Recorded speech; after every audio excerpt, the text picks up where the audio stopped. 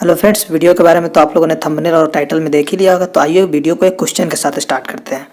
Question है, PoK को यदि भारत में मिला दिया जाता है तो संविधान की कौन सी अनुसूची प्रभावित होगी। तो यहाँ पीओके जो है ये है पाक ऑक्युपाइड कश्मीर, जो पाक अधिकृत कश्मीर है उसके बारे में ये क्वेश्चन यूपीएससी में आया हुआ है। तो अब आप फिर से इस प्रश्न को पढ़िए, सोचिए, समझिए और आंसर खोजिए। मैं तो बताने से रहा क्योंकि मुझे भी नहीं पता है, पर एक बात गारंटी के साथ कहता हूँ कि अगर आप वीडियो को शुरू से लेकर अंत तक देख लेंगे तो आपको खुद ब खुद इस क्वेश्चन का आंसर मिल जाएगा। तो आइए वीडियो को स्टार्ट करते हैं। मैं करवाता अनुसूची का मतलब क्या होता है। तो ये हमारे संविधान में एक अपेंडिक्स टाइप का है, मतलब अलग से कुछ परिशिष्ट जो होता है पेज जोड़ा हुआ है। जैसे बुक्स में भी आप लोग देखते होंगे कि लास्ट के 2-3 पेज जोड़ दिए जाते हैं एक्स्ट्रा, जिसमें कि बुक्स में डील कुछ डेफिनेशन या फिर कुछ वर्ड उसका मीनिंग वगैरह दे दिया जाता है। तो उसी तरह से अध्ययन की सुगमता के लिए हमारे भारतीय संविधान में भी 12 अनुसूचियां जोड़ दी गई, जो ऑलरेडी डिस्कस्ड है संविधान में कहीं ना कहीं। ऐसे शेड्यूल के बारे में ये भी कहा जाता है कि schedule is defined as the categorisation and tabulation of policies and bureaucratic activity. तो ये आप अंग्रेजी के हार्ड डिफिनेशन में मत जाएंगे, जो सेंस है वो आप समझ लीजिए। अब आइए कुछ और बातें जानते हैं। तो हमारे भारतीय संविधान में जब इनिशियली संविधान बन करके तैयार हुआ तो उसमें टोटल 8 अनुसूचियों का जिक्र था। उसमें सिर्फ 8 ही अनुसूची थे, लेकिन बाद में 4 अलग अलग कॉन्स्टिट्यूशनल अमेंडमेंट के द्वारा यानी संविधान संशोधन के द्वारा 4 अनुसूची और जोड़ दिए गए और अभी वर्तमान समय कुल मिलाकर भारतीय संविधान में 12 अनुसूची है। जैसे भाग को ही देख ले तो इनिशियली संविधान में 22 भाग ही थे, पर अभी वर्तमान संविधान में टोटल 25 भाग है। ऐसे काउंटिंग में अभी भी 22 ही भाग आते हैं, लेकिन उसमें कुछ भाग है जैसे भाग 4 में ए जोड़ दिया गया है। ऐसे 9th में 9th का ए है, 9th का बी है, ऐसे 14 में ए है। तो और इसके अलावा एक 7th जो पार्ट था उसको डिलीट कर दिया गया संविधान से। तो इस तरह से अभी वर्तमान से टोटल 25 भाग है संविधान में। ये भी क्वेश्चन आ सकता है, तो ये आप याद रखेंगे। और टोटल अनुच्छेद कितने हैं, तो इनिशियल संविधान में 395 थे, परंतु अभी वो बढ़ करके हो गए लगभग 468। तो इसी तरह से अनुसूची से भी प्रश्न पूछा जा सकता है कि इनिशियल संविधान में कितने थे, तो 4, और अभी वर्तमान समय में कितने हैं, तो 12। तो ये भी आप याद रखेंगे। अब आइए एक एक करके सभी अनुसूचियों को देखते हैं कि किस अनुसूची में क्या डेल्ट है, और आप साथ ही साथ याद करने का भी कोशिश करेंगे, क्योंकि एग्जाम्स में आपके समझ से ज्यादा मेमोरी ही काम आती है। तो पहला जो अनुसूची है उसमें डील किया गया है राज्यों और संघ शासित प्रदेशों की सूची। तो इसको तो याद रखना बहुत ईजी है, क्योंकि आप देखे होंगे पार्ट 1 जब भी आप खोलेंगे संविधान में तो सबसे पहले अनुच्छेद में यही आता है कि भारत और उनके राज्य और केंद्र शासित प्रदेशों का जिक्र होता है। तो अनुसूची 1 जो है इसमें भी भारत के राज्य और उसके केंद्र शासित प्रदेश, साथ में उनका एरिया और वो कब राज्य बना, इन सभी चीजों का जिक्र होता है। और जैसा कि मैंने शेड्यूल के डिफिनेशन में ही बता दिया कि ये टेबुलेशन होता है शेड्यूल में। तो टेबुलेशन में क्या होता है कि एक हेडिंग दे दिया जाता है। जैसे पहला हेडिंग हो गया राज्य का नाम, और उसके अंदर सीरियल नंबर से राज्य का एक एक करके नाम होगा। दूसरा हेडिंग हो गया एरिया, और सभी राज्यों का एक एक करके एरिया होगा टेबल के फॉर्म में। तो आप यहाँ से भी समझ सकते हैं कि शेड्यूल का मतलब क्या है। अब आइए सेकंड शेड्यूल में आते हैं। तो दूसरे अनुसूची में क्या है, दूसरे अनुसूची में वेतन और भत्ते को डील किया गया है। किनका वेतन और भत्ता, तो राष्ट्रपति, राज्य का गवर्नर, राज्यसभा और लोकसभा के जो सदस्य होते हैं, सुप्रीम कोर्ट और हाई कोर्ट के जो जजेस होते हैं, उन सभी के वेतन और भत्ते का चर्चा है। इस शेड्यूल में क्लियर मेंशन होता है कि किस संवैधानिक अधिकारी का किस पद पे कितना वेतन है। साथ ही इसी शेड्यूल में उन सभी के विशेषाधिकारों का भी जिक्र किया गया। विशेषाधिकार होता है प्रिविलेज। प्रिविलेज का मतलब हुआ जैसे संसद को क्या है कि जो वेतन मिलता है उस पर टैक्स नहीं लगता है, या फिर संसद को एक और सर्विस है, अगर ट्रेन कल जा रही है, अगर आप आज उसको टिकट चाहिए तत्काल में भी तो रिजर्वेशन उसका टिकट हो जाता है। इस तरह के और भी बहुत सारे प्रिविलेज है, उन्हें एयरपोर्ट पे स्पेशल गेट से एंट्री मिलती है। तो ये सारी चीजें जो है ये सब भी डील है सेकेंड शेड्यूल में। अब आइए थर्ड शेड्यूल को देखते हैं। तो तीसरे अनुसूची में क्या है, ओथ के बारे में जिक्र है। इन जिन अधिकारियों का इधर वेतन का जिक्र है उन्हीं अधिकारियों के ओथ के बारे में जिक्र है। यानी तीसरे अनुसूची में दूसरे अनुसूची के जितने भी अधिकारी है उनके पद के शपथ के संदर्भ में क्या शपथ लेंगे वो चीज डील किया गया है। परंतु एक चीज यहाँ पर आप लोग याद रखेंगे कि दूसरे अनुसूची में जितने अधिकारी होते हैं उसके पद के शपथ का जिक्र तो तीसरे अनुसूची में है, परंतु वहां पे राष्ट्रपति, उपराष्ट्रपति और गवर्नर के शपथ का कोई जिक्र नहीं है। क्योंकि इनका जिक्र कहाँ पे है, तो प्रेसिडेंट से रिलेटेड जो शपथ है उसका जिक्र है अनुच्छेद 60 में, और उपराष्ट्रपति से रिलेटेड जो शपथ का जिक्र है वो 69 अनुच्छेद में है, और वहीं पे जो गवर्नर से रिलेटेड शपथ का जिक्र है वो है 159 में। ऐसे देखिए दोनों के शपथ में थोड़ा अंतर भी होता है। जैसे केंद्रीय मंत्री वगैरह शपथ लेते हैं तो उनमें क्या होता है कि उनके शपथ में उनके पद और गोपनीयता की शपथ दी जाती है। यानी कोई भी अगर सीक्रेट इन्फॉर्मेशन होता है, जैसे केंद्रीय मंत्री है तो उनके पास बहुत सारे इन्फॉर्मेशन आते हैं, तो उसमें राष्ट्र के इंपॉर्टेंस का जो कोई इन्फॉर्मेशन होगा वो रिवील नहीं करेंगे, यानी उनके पद की गोपनीयता की भी शपथ दिलाई जाती है। और साथ ही अपने पद की शपथ, पद के शपथ में वही होता है जो सुप्रीम कोर्ट के जज का होता है या चुनाव आयुक्त का होता है, कि अपने पद के प्रति इंटीग्रिटी और संविधान के प्रति निष्ठा, एलिजियंस का शपथ लेते हैं वो। परंतु राष्ट्रपति के शपथ में क्या होता है, राष्ट्रपति शपथ लेते हैं टू प्रिजर्व, टू प्रोटेक्ट और टू डिफेंड द कॉन्स्टिट्यूशन। तो इनके शपथ में थोड़ा अंतर होता है, जिसे डील कर दिया गया उनके रेस्पेक्टिव अनुच्छेद में, अनुच्छेद 60 में। तो दोस्तों ये चीज़ बहुत इंपॉर्टेंट है कि अनुच्छेद 3 में राष्ट्रपति, उपराष्ट्रपति और गवर्नर के शपथ के बारे में जिक्र नहीं है, क्योंकि ये क्वेश्चन लास्ट ईयर आया था 2018 सीजीएल में पूछा गया था, जिसमें कि अनुच्छेद भी दे दिए गए थे और अनुसूची भी दे दी गई थी, और पूछा गया था कि राष्ट्रपति के शपथ के बारे में संविधान में कहाँ पर व्यवस्था की गई है, और उसमें ऑप्शन दे दिया गया था अनुच्छेद 60 भी और अनुसूची 3 भी। तो आप ये चीज़ ध्यान रखेंगे ताकि परीक्षा में आपका क्वेश्चन गलत ना हो। इसे आप ऐसे भी याद रख सकते हैं कि दूसरा अनुसूची जो है वो वेतन के बारे में रिलेट करता है, और तीसरा जो है वो शपथ के बारे में। यानी कोई भी आदमी, जैसे आप भी अगर नौकरी करेंगे तो आपको भी शपथ दिलाया जाएगा। तो नौकरी कब करेंगे, नहीं शपथ कब लेंगे, जब आप वेतन वगैरह के बारे में आपको देख लेंगे, आपको पसंद आ गया रहेगा जॉब का सब कुछ, तब जाकर के आप शपथ लेंगे। तो पहले क्या होगा, तो पहले आप वेतन को देखेंगे और फिर जाकर के नौकरी को देखेंगे। तो इस हिसाब से आप याद रख सकते हैं कि दूसरे में वेतन और तीसरे में शपथ। फोर्थ शेड्यूल को देखते हैं। चौथे अनुसूची में जिक्र किया गया राज्यसभा में सीटों का बंटवारा। तो राज्यसभा में आपको पता होगा कि राज्यसभा के मेंबर डायरेक्ट इलेक्टेड नहीं होते, बल्कि वो प्रोपोर्शनल रिप्रेजेंटेशन के आधार पर चुने जाते हैं, जिन्हें विधायक चुनते हैं। जिस स्टेट की जितनी पॉपुलेशन होती है वहाँ राज्यसभा के उतने ही सीट होते हैं। तो वही किस राज्य में राज्यसभा कितनी सीटें होंगी वो जिक्र किया गया अनुसूची 4 में। तो ये आप याद रखेंगे यहाँ से कि अनुसूची 4 में क्या है, तो राज्यसभा के सीटों का आवंटन। अब आइए अगली अनुसूचियों को देखते हैं। अनुसूची 5 जो है, इसमें एससी और एसटी के प्रशासन के बारे में जिक्र किया गया है। इन दोनों में भी अंतर होता है, ये आप जान लीजिए। एससी जो होता है शेड्यूल कास्ट, इनका फुल फॉर्म होता है, एसटी का फुल फॉर्म होता है शेड्यूल ट्राइब। तो शेड्यूल कास्ट जो होते हैं वो हमारे ही जैसे किसी समाज के नागरिक होते हैं, लेकिन वो पुराने समय में शोषण वगैरह की वजह से पिछड़े हो जाते हैं, दलित कहे जाते हैं।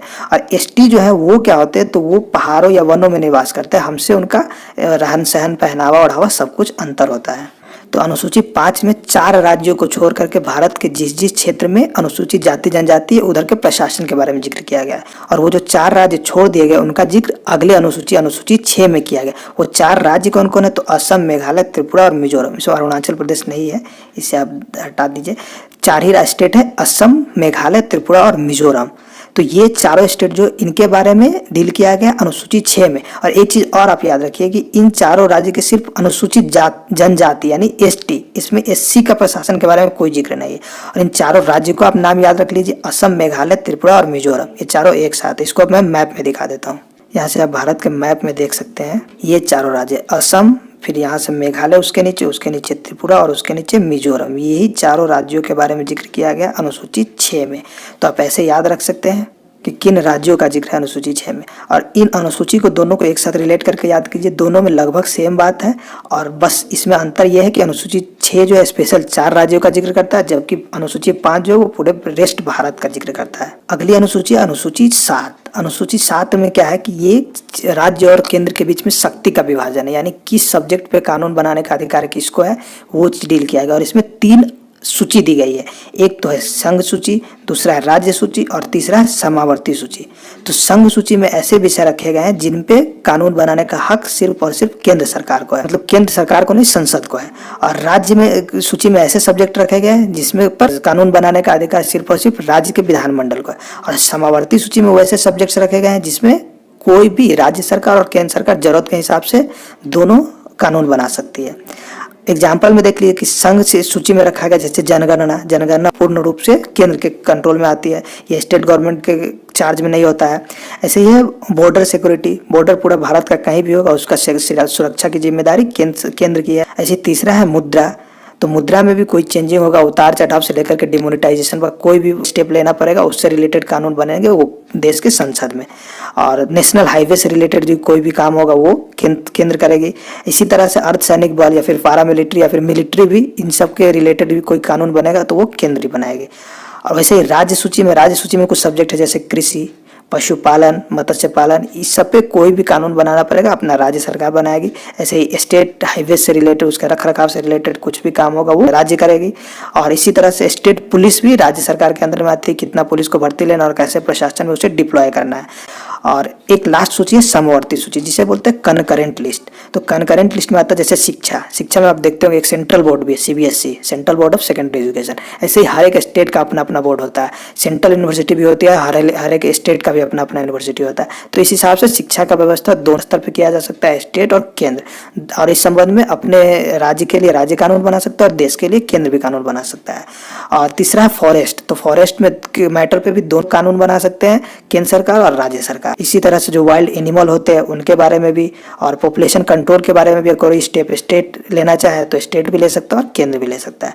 तो इसी तरह से और इसके अलावा भी कुछ शक्तियाँ बढ़ जाती है जो बहुत इंपॉर्टेंट है, ये आप याद रखें। उससे बोलते हैं अपशिष्ट शक्तियाँ यानी रेसिडुअल पावर, और वो दिया गया है केंद्र सरकार को, यानी उस मैटर पे देश का संसदीय कानून बनाएगा। जैसे आप देख लीजिए, जब संविधान में इन सब चीज़ों की व्यवस्था की जा रही थी उस समय 1950 के आसपास, तो उस समय इंटरनेट नहीं था, तो इंटरनेट से रिलेटेड कोई कानून नहीं था, यानी कोई किसी को इंटरनेट पे, अभी आज के डेट में देख लीजिए बहुत सारा साइबर क्राइम होता है, तो उससे रिलेटेड ना रेगुलेशन था, ना कोई व्यवस्था किया गया था ओरिजिनली कानून में। पर अब जब आ गया ये सब बातें कि इंटरनेट की के वजह से बहुत सारी परेशानियां शुरू हुई है और बहुत सारे कानून बनाने पड़े उस पर, तो ये शक्ति ऑलरेडी अपशिष्ट शक्ति के रूप में केंद्र के पास दे दिया गया और उस पर संसद कानून बनाती है। तो इसे आप याद रख सकते हैं। अनुसूची 7 में जो है 3 अनुसूची है, संघ सूची, राज्य सूची और समावर्ती सूची। चलिए अगले अनुसूची को देखते हैं। अगली अनुसूची है अनुसूची 8। तो ये बहुत इंपॉर्टेंट है, इसको आप आराम से याद भी रख सकते हैं। इसमें भाषाओं का जिक्र किया गया है, जो देश में मान्यता प्राप्त संविधान है, मान्यता प्राप्त भाषा है, उनका जिक्र किया गया। उनमें कितने भाषा है, तो ओरिजिनली कॉन्स्टिट्यूशन में तो 14 भाषा है, पर 3 बार कॉन्स्टिट्यूशन में अमेंडमेंट के द्वारा टोटल 8 भाषा जोड़ दिया गया, और अभी वर्तमान समय के हिसाब से कितने भाषाएं हो गए, तो 22 भाषा भी वर्तमान संविधान में। तो ये आप याद रखें, दोनों तरह से क्वेश्चन पूछा जा सकता है कि ओरिजिनली संविधान में कितनी भाषाएं थी और अभी संविधान में कितनी भाषाएं हैं। तो दोनों आप याद रखें, ओरिजिनली 14 और अभी 22 भाषाएं हैं। ये आराम से याद रख सकते हैं। संविधान के 8वीं अनुसूची में भाषा का जिक्र है।